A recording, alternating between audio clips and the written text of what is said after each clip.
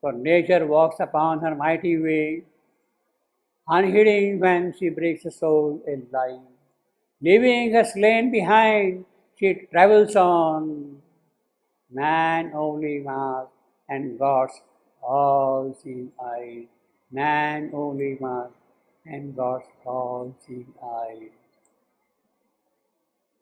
Nature walks upon her mighty way. Well, nature has to do her own job, unconcerned about the consequences, unconcerned about your grief and sorrow and joy and happiness. Nature is not concerned about that. She has to do her own work, irrespective of how you take it, how it happens. Unheeding, when she breaks a stone in life, she doesn't bother about that thing.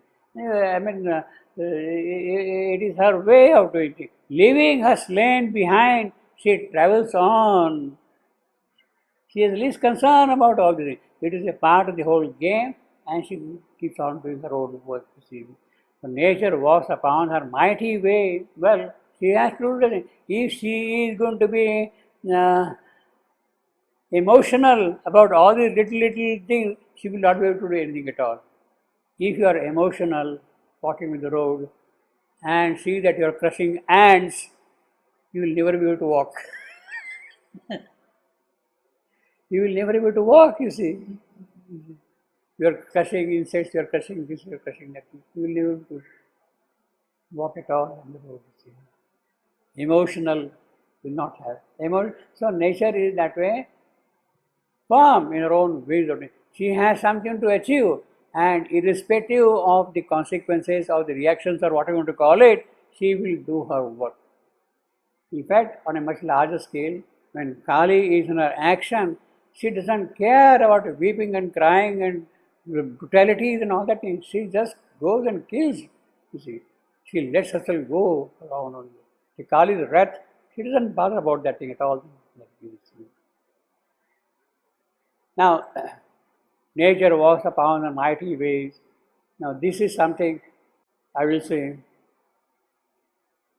more characteristic of a Greek tragedy. Man only must, and God's all-seeing eyes. In other words, in the Indian tradition, it will be slightly different, in the sense that you are concerned about fate, you are concerned about what is called prarabdha, daiva, karma, niyati, purushartha. All these things are concerned about prarabdha. Well, this is my fate, therefore I do. This is what is going to happen. And you are doing that thing because you know that through that something good is going to happen to you. Therefore, you accept that kind of a thing. In the Indian philosophical thought, in the Indian psycho-spiritual thought, the karma is accepted because that is going to produce something good for you later on, you see. Therefore, here there is no question of karma at all. Nature is doing her own work without any concern of any kind. Let me see what I got here.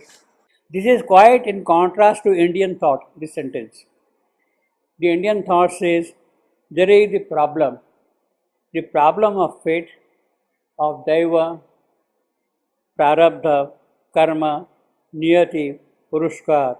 The problem of suffering is there. The problem of misery is there.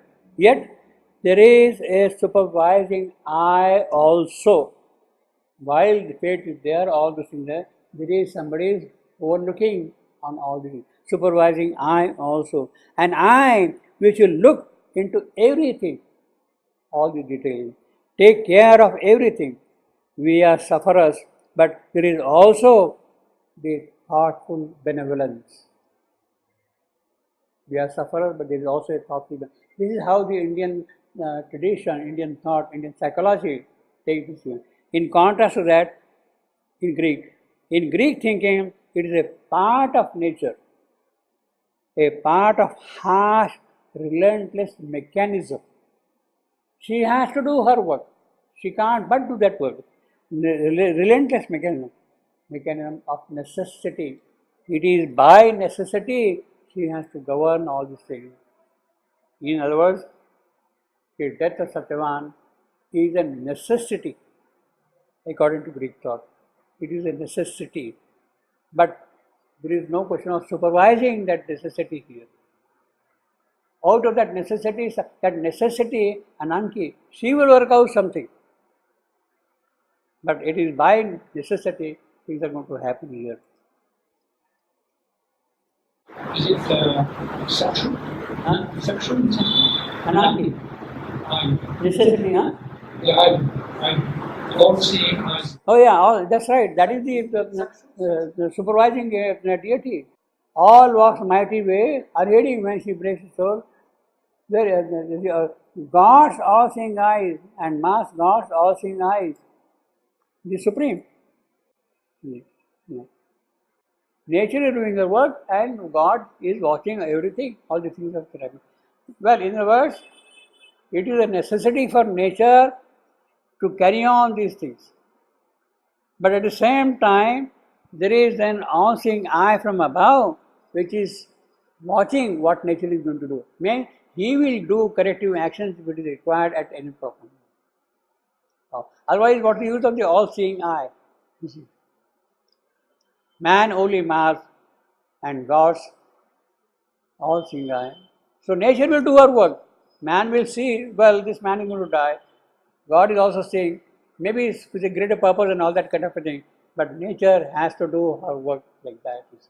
That is the Greek thought, you see. So in Savitri, you have like that the philosophical reflections. You see, this is a very typical kind of a thing in Greek drama. In Greek drama, this happens like that.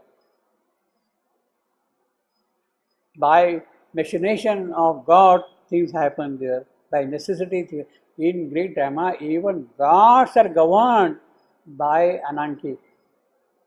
Even gods are governed by necessity.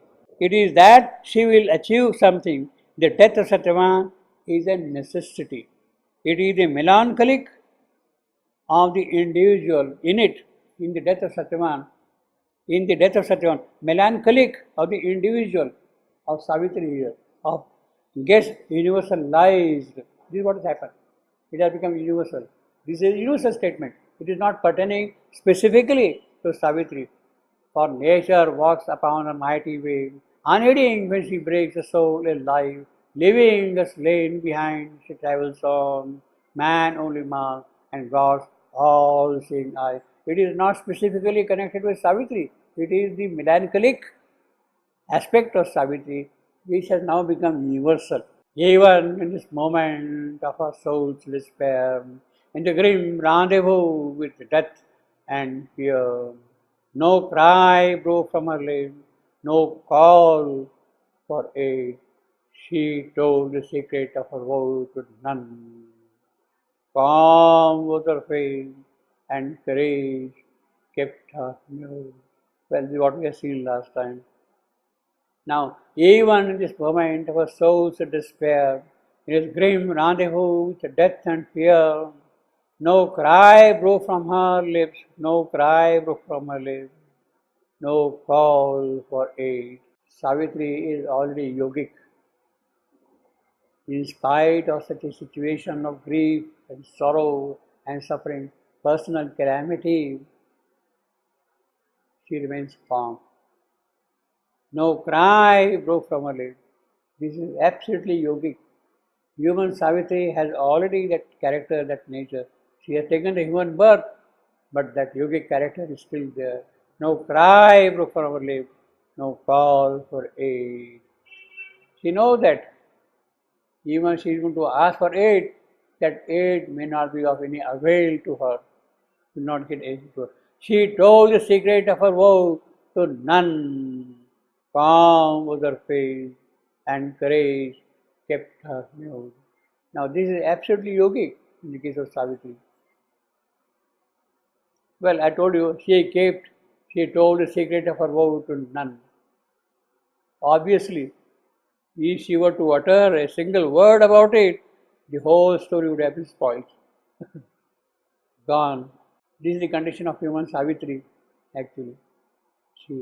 But human Savitri already is so yogic in the nature, in her character, in her build-up. There. that element did not go away. Yet only her outward self suffered and strove. Even her humanity was half divine. Her spirit opened to the spirit in all. Her nature felt all nature as its own. Now this is absolutely yogic. You see, not only she remains calm, but her spirit open to the spirit in all. It is a universal experience, the Vedantic experience of oneness of self everywhere. The universal consciousness is already her spirit open to the spirit in all. Her nature felt all nature as its own. So it is not only the self but also her nature. They have identified as self. This is super yogic. Already in the case of Savitri, you have that condition. You see. Now, of course, this is the character of the divine Savitri who will come in this manner. Even her humanity was half divine. Why half? Because on the one hand she has got this, on the other hand she is also suffering sorrow. All those things are there, you see, because she has taken the mortal birth. Unless she identifies herself totally with the lot of the mortal, she cannot do her work. In that total identification with mortality, she still retains her divinity. She still retains the divinity, half divine. That's 115 point. I think we'll read some of those lines. 115.1 from that onward. We'll read this passage, which is very pertinent to what we are going to see. At first, to her beneath the sapphire haven, the sylvan solitude was a gorgeous dream, and aunt her of the summer splendor and fire. You see, summer splendor and fire. You see, and aunt her of the summer splendor and fire. A sky-topped, flower-hung palace of a god, and all is seen a smile on rapturous limbs, and all his voices bars of happiness. Well, that is the joy of union of the lovers.